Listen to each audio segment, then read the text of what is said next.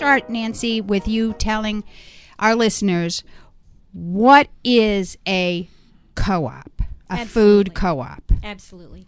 A cooperative business is basically owned by the community. So it's a member-owned business. It's similar, like a credit union is something that most people are familiar with as far as a member-owned business. And so it's a way for people to get involved in the community and, keeping the money local. And the members get to have decisions in how the store is run and operated. We have an annual meeting where people can come and hear the state of the business and vote on certain items. And so the food co-op, the idea is that, we're going to be working with our local farmers and feature as much local and regionally produced items as possible on the shelves. Everything from meat and dairy and fish and vegetables and fruits and, even skincare products and all that's produced here in the state of New Hampshire. Betty. There you go, Banana Betty. Well, we'll have to change the name to Banana Barney or something for that day.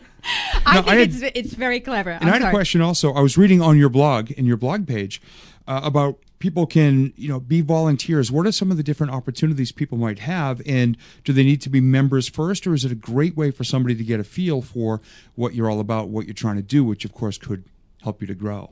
Absolutely. So to be on our board, we require that you be a member. Okay. Obviously. As far as usually people want to be a member and volunteer, but we'll accept any volunteering at this point because we have a lot of work to do to get to our store to be open. So the types of things we need help with is a lot of event staffing because the board members can't be at staff every possible event out there. So a lot of event staffing, and then we have some key skills that we really need help with. Since this is a startup, some of us on the board, we have corporate experience, but we're looking more for business development. Anyone that started up a business, that would be really helpful if they would consult with us to the board, and people with any sort of financial background, finance experience, writing grants. Those are the type of things that we're looking at, the type of financing that we can do to get our doors open.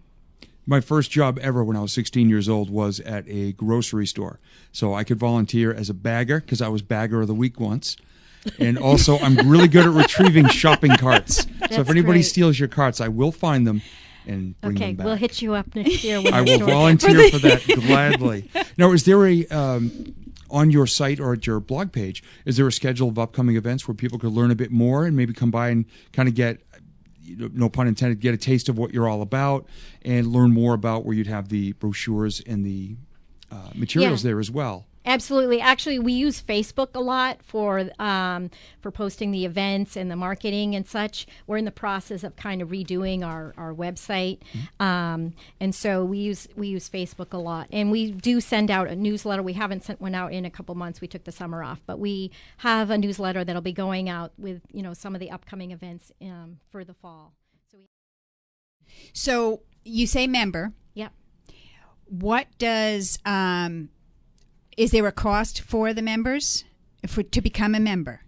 Yes. So there's a one-time per household $100 to become a member owner in the food co-op, and so it's not like an annual renewal thing, and but you're buying a share in the business, and you have a say in how it's run. You get a vote. And you said that it is member-run. Are these other co-ops that you have mentioned, are they too the same model? Yes. The cooperative business model is all a member-owner type model.